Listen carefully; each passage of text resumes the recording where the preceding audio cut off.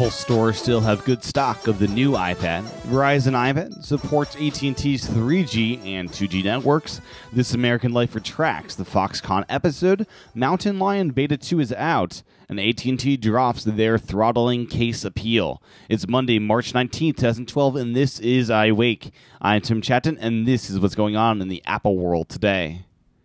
Well, welcome, and this is Tim. I'm here for another edition of iWake, as I just said, and today's episode, we're going to just kick it off with some iPad-related news. First up, I want to just address the fact that nearly every model of this new iPad is still available in plenty of stock at Apple stores. You can walk in today and pick up any iPad 3 you want. Apple did an amazingly good job this year at stocking its at least American stores that I've seen. Checking stores in Los Angeles and Honolulu prove this fact to be true. Online orders continue to be delayed 2 to 3 weeks, so if you want one, just head on down to your local Apple store. I'm sure you can pick one up. I'm guessing here that the majority of people simply ordered online this year, and Apple made sure that their retail locations had good supply all the more. The new iPad, I'm sure, is a success, and Apple just did a better job this year at stocking them. If you recall, last year, Apple simply was not prepared for its demand. The iPad 2 is hard to come by months and months after its launch. So good job, Apple, in making this iPad launch a well-stocked one. Next up is a new section of the App Store that showcases Retina-enabled iPad apps. The apps include games such as Flight Control Rocket, Sky Gamblers, and Infinity Blade 2. Also listed are non-games such as Tweetbot and Evernote. The app list, I'm sure, will grow over time as more apps are released. In other iPad news is the fact that the original old digital AV adapter that brought HDMI to the iPad 2 is not officially supported on this new iPad. Apple is selling a new adapter. It's not quite clear what does not work within the old adapter, perhaps 720p or something else. Next up in iPad news is the really cool discovery that the Verizon LTE iPad is AT&T compatible. You stick in an AT&T SIM card, that is a micro SIM card, you'll have access to HSPA+, 3G, and 2G speeds.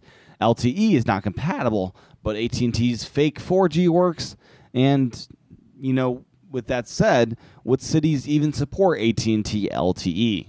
So an incredible find here that may encourage me to buy the Verizon model instead of the AT&T one because it's dual network in the States at least. So that's very cool discovery here there. The other cool find was the camera. The new camera is in fact the same camera part of the old iPhone 4. The optics are those of the iPhone 4S though. So it's kind of a cool hybrid of the iPhone and the iPhone 4S. That is the iPhone 4 and the 4S, I should say. Nothing surprising here, just something to be made aware of. The last bit of iPad news has to do with jailbreaking the new device.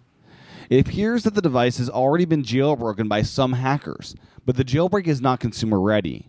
The encouraging bit here is that the new iPad is no tougher to jailbreak than the iPad 2. The A5X processor doesn't seem to be a burden for these jailbreakers.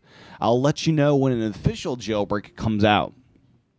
Now moving on to some general Apple news. To begin, teardowns are reporting that the new Apple TV features the same 8 GB of storage that the old model had. This is especially interesting as 1080p content is bigger and needs more buffer room. The reports note that 512 megabytes of RAM are included, which is a bump from previous models.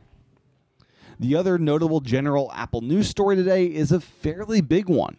This American Life has retracted their very popular episode on Foxconn factories.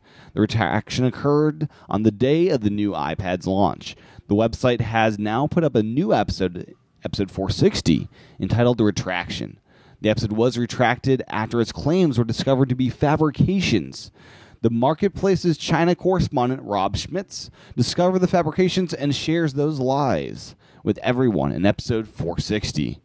So I gotta say, this is awesome to see, but I have to believe this episode 460 will be even more popular than the original, and that it's a good thing to see that happen, but it's also maybe not the most sincere thing to have this retraction episode with making this one more popular.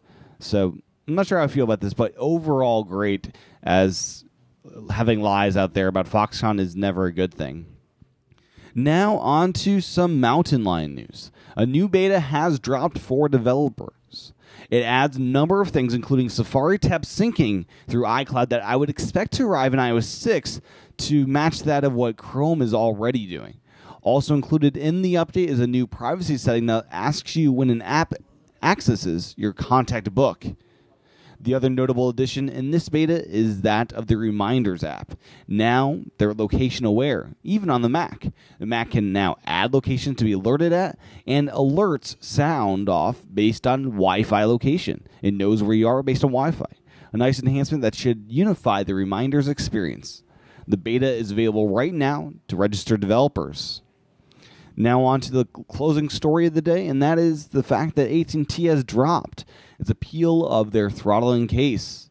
The carrier decided that it would pay both the awarded $850 and the cover cost $85 in court costs.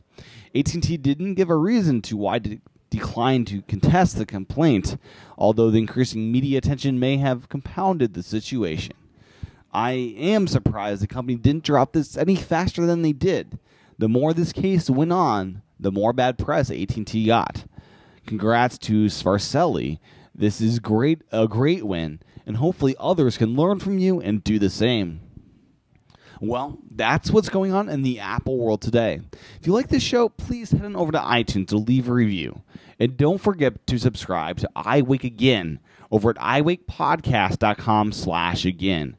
That podcast, the iWake Again podcast, is a Saturday show. Every Saturday, I've got a new episode of iWake Again with discussions and interviews all about things going on in the Apple world.